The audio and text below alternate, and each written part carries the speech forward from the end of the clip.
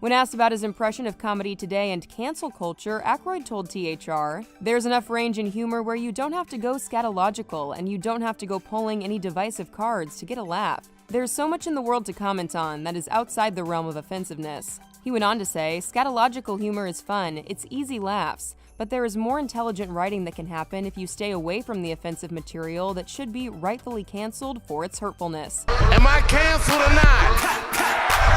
Then let's go. Thank you very much and good night.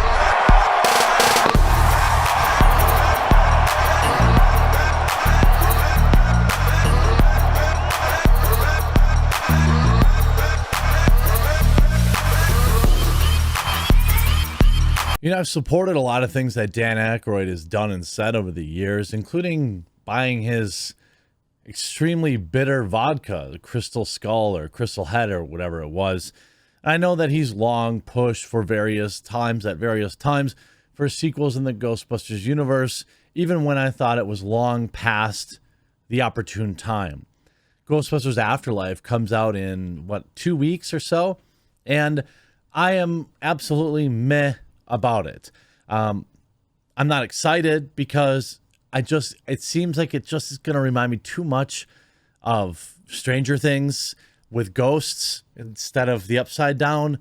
But I'm willing to give it a chance. I like Paul Rudd.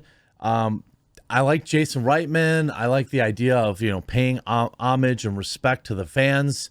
But now there's a little bit of a kind of a black mark on it. And it's not even necessarily Reitman's fault. But a brand new article came out today from Dan Aykroyd in support of cancel culture. This is via, by the way, Hollywood and Toto. Christian Toto wrote this, by the way. You can always check out his website. Ghostbusters alum decries hurtful, gross-out comedy after wallowing in it for years.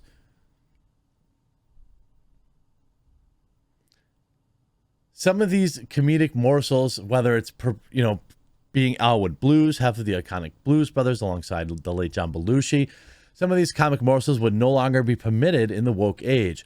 Certainly a Blues Brothers pitch today would be derailed as cultural appropriation, given how blues are considered part of the black cultural experience. It turns out the SNL alum would happily cancel himself. Aykroyd, nearly 70, just gave a dispiriting interview to the far-left Hollywood Reporter tied to Ghostbusters Afterlife.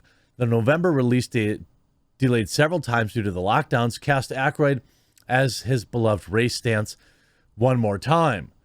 The magazine asked Aykroyd about cancel culture, and the comedy legend didn't hesitate in embracing it. This is so sad. Quote, "There's enough range in humor where you don't have to go scatological and you don't have to go pulling any divisive cards to get a laugh. There's so much in the world to comment on outside of the realm of offensiveness. As a writer, you can go other areas and have successful creative endeavors.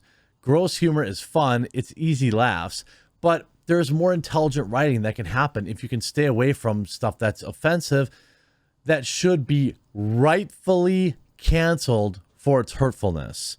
That is the line right there that, I don't think there's any problem with, Dan Aykroyd saying, "Hey, I want to keep things clean," or "I want to do things a certain way," or "I want to do things my way." That's certainly fine. But when you're talking about stuff getting canceled, I don't agree. Who can be the subject of an impression today? That's an area of discussion. Can I do my James Brown imitation? He was once one of my best friends. I do his voice pretty good, but maybe I shouldn't do it anymore.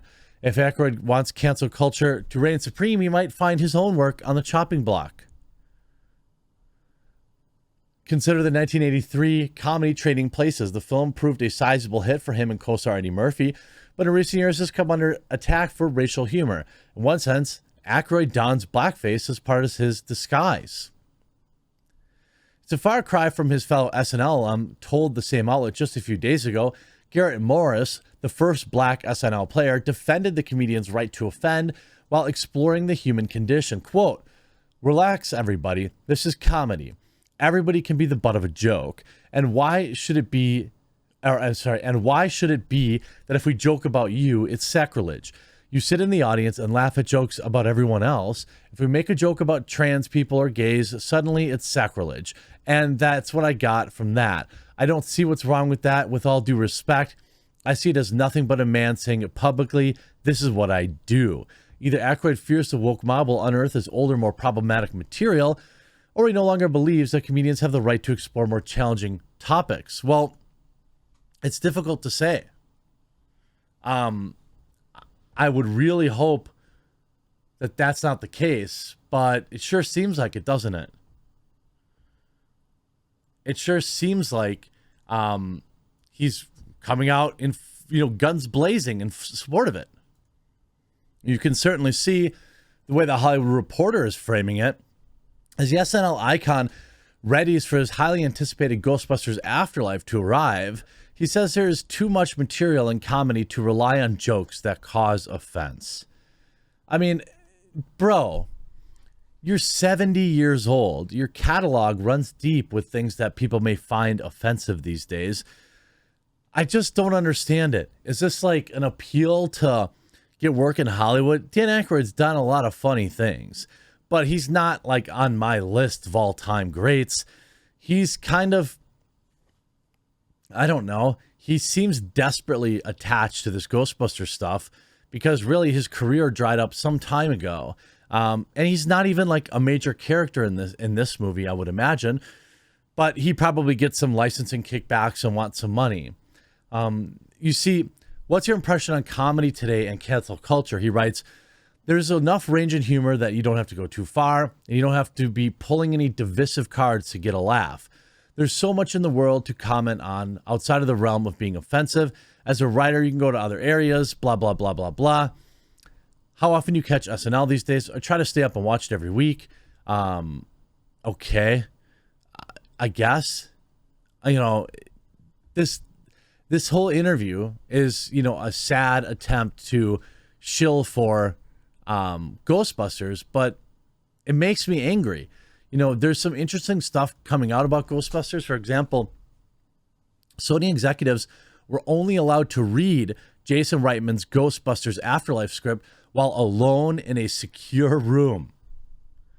Reitman wanted no one to know he was following in his father's footsteps. That adds some interest to me. It makes things kind of spicy in terms of wanting to see this movie. Reitman, an Oscar-nominated director behind indie darlings such as Juno and Up in the Air, never thought he'd helm the next Ghostbusters film, not because he'd never have the opportunity, but because he refused to follow in his father's footsteps. Born in 1977, Jason was only 7 years old when his father, Ivan Reitman, directed the original Ghostbusters. Since then, it's been an ever-present part of his life. I don't go a day in my life without seeing someone wearing a Ghostbusters t-shirt, he said in an interview with Insider. For nearly just as long, Jason has said that he would never direct a Ghostbusters film. So when the younger Reitman felt compelled to follow in his dad's footsteps, Jason kept the news under the tightest of wraps. I think only 3 people at Sony knew of its existence, Reitman said. Each executive had to come by themselves to Ghost Corps and read the script in a room and then leave. I really didn't want it out there that we were writing this movie, he continues, particularly after years of me saying I didn't want to make a Ghostbusters movie. Well, I mean, in the same year, Paul Feig's woman-led Ghostbusters hit theaters, zoinks. Reitman received the green light from Sony to push forward with his own take on the franchise. So the movie hadn't even completely tanked yet, from what I understand. The movie hadn't even been green or hadn't even completely fallen apart yet, and they were already okaying another alternative. Now, the movie comes out on November 19th, but I don't know. Does it bother you that, Dan Aykroyd's comments, or is he not enough of a part of this movie, to care about? I don't know. It sours it a little bit. I'm actually surprised to hear Dan Aykroyd say that, but I would also argue that in Hollywood, it's just the way you have to talk. You could see him talk about reprising Ray Stantz. It was full of joy, wall to wall. What a privilege to be asked back to do that. It was creative satisfaction working again with Ernie Hudson, Bill Murray, and Sigourney Weaver. If it weren't for Jason and Ivan, I wouldn't know if I would have had such a magnificent cast. To hang with brothers like that, family, it's always fun. Memories of good and maybe bad. Some previous friction came from how long we had to wear those proton packs and the level of complaint we issued. Well, Dan Aykroyd, I guess I'm not surprised that you turned out to be just another Hollywood hack. You've got literally nothing to lose by coming out and standing against cancel culture. Your movie's going to come out anyway. Pretty disappointing from a legend from my perspective, but I look forward to hearing your comments in the comment section down below. We'll talk to you again real soon.